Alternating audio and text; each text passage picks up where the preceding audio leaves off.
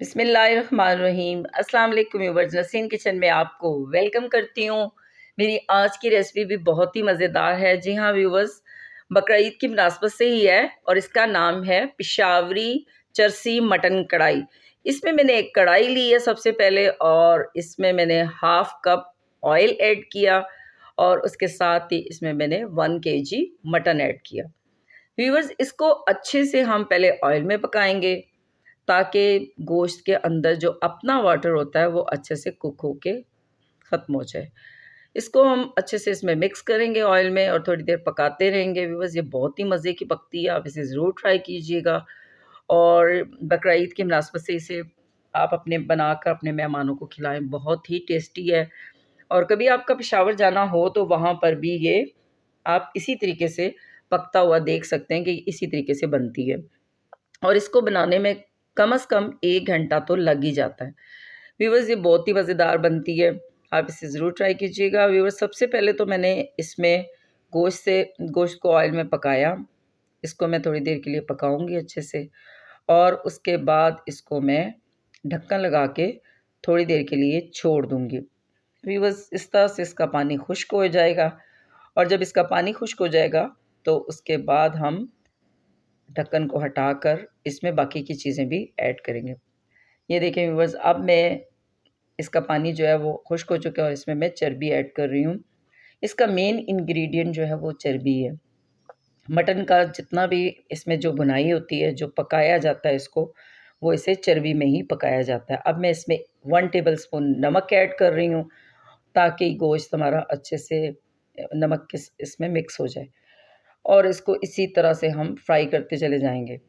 अब इसमें मैं इसकी थोड़ी-सी भुनाई करूँगी नमक के साथ ताकि गोश्त में अच्छे से मिक्स हो जाए और व्यूअर्स, इसको हम ब्राउन करते चले जाएँगे, इसी तरह से इसको पकाते जाएँगे। आपके सामने देखें, जैसे ही मैंने नमक ऐड किया, गोश्त का अपना पानी भी थोड़ा-थोड़ा निकल रहा है, अभी भी निकल रहा है और चर्बी भी थोड़ी-सी मेल्ट हो रही है।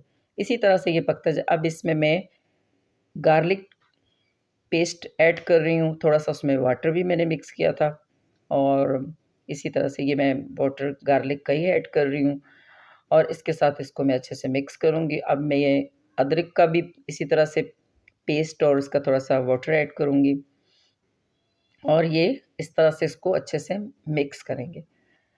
अच्छे से मिक्स करने के बाद इसको हम अच्छे से मिक्स करके इसको हम ढक्कन लगाकर थोड़ी देर के लिए छोड़ देंगे। व्यूअर्स, ये उस वक़्त तक इसका ये पानी जब तक ये ड्राई नहीं हो जाता, इसमें ये पक नहीं जाता, हम इसको इसी तरह से हिला-हिला के थोड़ी-थोड़ी देर के बाद इसको हिलाते जाएँगे ताकि गोश्त नीचे लग ना जाए।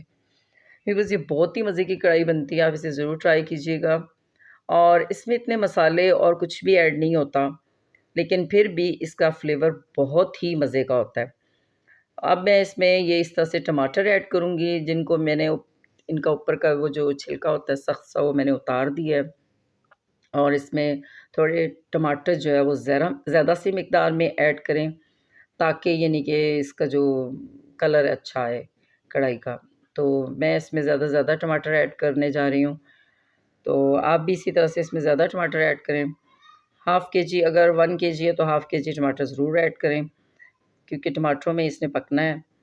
तो इस तरह से इसके टमाटरों का छिलका जब उतर जाए तो उतार दें इसको और जब सारे टमाटर अच्छे से गल जाएँ इनमें से तो फिर इनका छिलका उतार लें। व्यूअर्स, ये बहुत मज़े की और अच्छी-सी कढ़ाई जो है टमाटरों में पकती है, अदरक लहसुन के पेस्ट में इस तरह।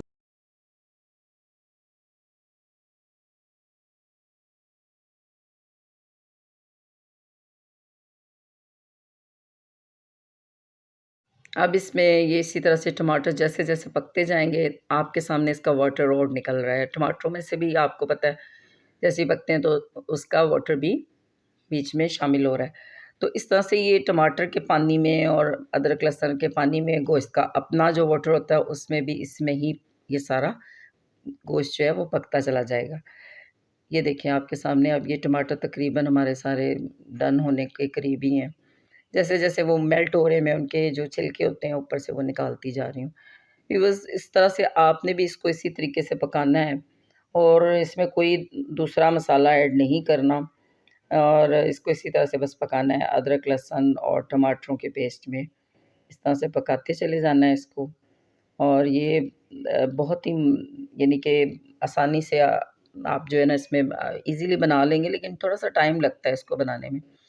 लेकिन ये है कि ये मसाले तो नहीं होते हैं, लेकिन इसके फ्लेवर जो अदरक और लहसुन का इस गोश्त में ऐड होता है, बहुत ही मज़े का होता है। और इस तरह से इसको हम जितना भी हमारा यानी कि ना इसका टाइम होता है वो इसको पकाने में, इसी तरह से 1 घंटा लग जाता है। इसी तरह बार-बार ढक्कन रख के इसको पकाया जाता है। ये देखें व्यूअर्स, अब मैंने इसे थोड़ी देर पकने के लिए छोड़ दिया था। तकरीबन मेरे सारे जो गोश्त में मैंने टमाटर ऐड किए थे वो सारे गल चुके हैं, अच्छे से मेल्ट हो चुके हैं। और इसी तरह से इसको हम कुक करते जाएँगे। जब तक ये अच्छे से इसका ये पानी खुश्क नहीं हो जाता है, हम इसको इसी तरह से पकाते जाएँगे। व्यूअर्स, पेशावर की ये ख़ास कढ़ाई है और इसको आप ज़रूर ट्राई करें। और इसी तरीके से इसका मेन इंग्रीडिएंट, मेन मसाला जो है वो हरी मिर्चें हैं। जितनी भी इसमें जो फ्लेवर आएगा वो हरी मिर्चों का, यानी थोड़ा-सा स्पाइस जिसको कहते हैं, वो हरी मिर्चों से आएगा। तो मैंने भी इसमें काफ़ी ज़्यादा हरी मिर्चें ऐड की हैं, आप भी इसी तरह से ऐड करें। और इसे हरी मिर्चों में अब इसकी भुनाई करेंगे हम, ताकि थोड़ा-सा स्पाइस आए। व्यूअर्स, अच्छी वाली हरी मिर्च जो थोड़ी-सी स्पाइसी होते हैं वो आप लें। मैंने भी वो ली हैं, उन्हीं को कटिंग करके इसमें ऐड किया, आप भी वही लें जो स्पाइस वाली हों हरी मिर्चें। और इसके साथ ही इसको मैं ढक्कन लगा के छोड़ दूँगी थोड़ी देर, ताकि पानी ड्राई हो जाए। ये देखें व्यूअर्स, इस तरह से इसका पानी ड्राई हो गया है। और ये इसी तरह से इसकी मैं बुनाई करती चली जाऊँगी, क्योंकि इसमें मैंने चर्बी ऐड की हुई है। और चर्बी जो है, जैसे-जैसे मेल्ट होती जाती है इसके फ्लेवर को और इसकी बुनाई में ज़्यादा यानी कि वो हेल्प करती है।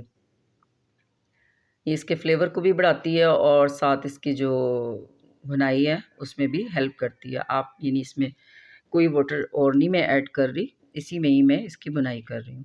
इसको इसी तरह से पकाते चले जाएँगे हम। और तकरीबन ये जब अच्छे से इसकी जो मैंने चर्बी ऐड की है वो भी थोड़ी-सी मेल्ट हो जाए और अच्छे से पक जाए गोश्त के साथ, तो इसका मतलब है कि हमारी ये कढ़ाई डन हो चुकी। तो व्यूअर्स, इसको आप इसी तरह से ट्राई कीजिएगा, मेरे चैनल को लाइक कीजिएगा, सब्सक्राइब कीजिएगा, मेरी वीडियो को लाइक करें, शेयर करें। और इससे मेरी हौसला अफ़ज़ाई होती है, मैं मज़ीद वीडियो बना सकूँ। और आपके अच्छे-अच्छे कमेंट्स भी मुझे चाहिए, वो भी कीजिएगा। और इस तरह से मेरी बहुत ज़्यादा हौसला अफ़ज़ाई हो रही है और मैं आपके सामने वीडियो बना रही हूँ मज़ीद। तो अल्लाह ताला हम सबको तौफ़ीक अता करे कि हम इसी तरह से अपने काम को लगन से कर सकें। ये देखें व्यूअर्स, अब मैंने इसको ढक्कन से बंद कर दिया था और इसका पानी तकरीबन ड्राई हो चुका है, बिल्कुल आपके सामने ही है। तो इसकी ज़्यादा जो होता है वो भुनाई होती है, वो जो मैं कर रही हूँ, इसको ज़्यादा भुनाई से ही पकाया जाता है। तो अब इसको मैं यानी कि ना फाइनल इसका डन करने जा रही हूँ, ये तकरीबन हो चुका है। ये देखें व्यूअर्स, आपके सामने ही है। अब इसमें मैं थोड़ी-सी और हरी मिर्चें गार्निशिंग के तौर पे ऐड करूँगी, क्योंकि जो इसका मेन स्पाइस है वो हरी मिर्चें ही हैं, तो मैं उसी से ही इसको गार्निशिंग भी करूँगी। वो मैंने काटी नहीं है, बल्कि उसको साबुत ही ऐड कर रही हूँ। बीच में से कट करके मैंने ऐड की हैं, आप भी इसी तरह से ऐड करके इसको गार्निश कर दीजिएगा। व्यूअर्स, ये बहुत ही मज़े की हैं, आप भी इसको ट्राई ज़रूर कीजिएगा और मुझे बताइएगा कि कैसी बनी कमेंट्स के ज़रिए से। ये देखें, इस तरह से मैंने स्पाइस के लिए मज़ीद हरी मिर्चें ऐड की, क्योंकि इसमें और कोई मसाला जाता ही नहीं है। बस ये चर्बी में पकती है ये कढ़ाई, और हरी मिर्चों में और नमक के साथ। इस इसी में ही इसकी बनाई होती है और इसी में ही अदरक लहसुन का पेस्ट ऐड किया और मैंने बना दिया। बस ये बिल्कुल डन हो चुका है। अब इसको देखते हैं, आपके सामने ही है कि आप ये इसका कैसा कलर है और कैसी इसकी यानी कि ना मज़ेदार सी कढ़ाई आपको नज़र आ रही है। ये इसका फाइनल लुक अब मैं आपको दिखा दूँगी। मेरी वीडियो को ज़रूर शेयर कीजिएगा, ज़रूर लाइक कीजिएगा। इसकी ज़्यादातर भुनाई ही होती है, ये जो लास्ट में मैं कर रही हूँ, मसाले को मिक्स कर रही हूँ। ये देखें व्यूअर्स, किस कदर मज़ेदार कढ़ाई आपके सामने है। अल्हम्दुलिल्लाह रब्बिल आलमीन।